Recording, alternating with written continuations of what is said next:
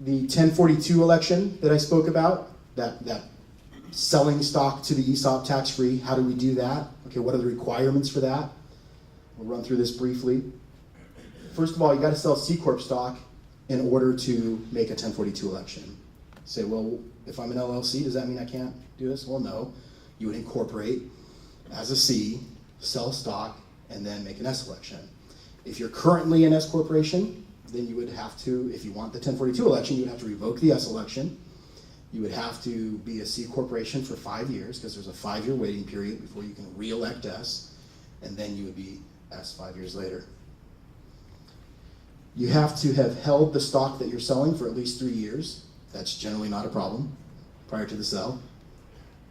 You have to buy replacement property, what we call QRP, qualified replacement property, within 12 months of the sale. So essentially you're taking all the proceeds from your sale and you're rolling it into replacement property. What is that replacement property? Stocks and bonds of domestic operating corporations.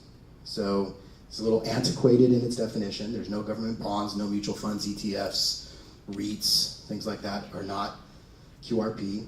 Does not have to be publicly traded. Every once in a while we have a client that will sell stock to an ESOP, make a 1042 election, use the proceeds to capitalize their next business. That's allowable, okay? And then there is this last point here we could spend 2 hours talking about, so forgive me, call me if you have questions about it. There's a very well-developed market for using as little as 10% of your proceeds in the transaction with a margin loan added in to acquire 100% of your replacement property, such that the other 90% that you didn't have to contribute to this, you can do whatever you want with it. Real estate, paying off debt, buying a vacation house, you name it, okay? So we can talk about that later if you're interested.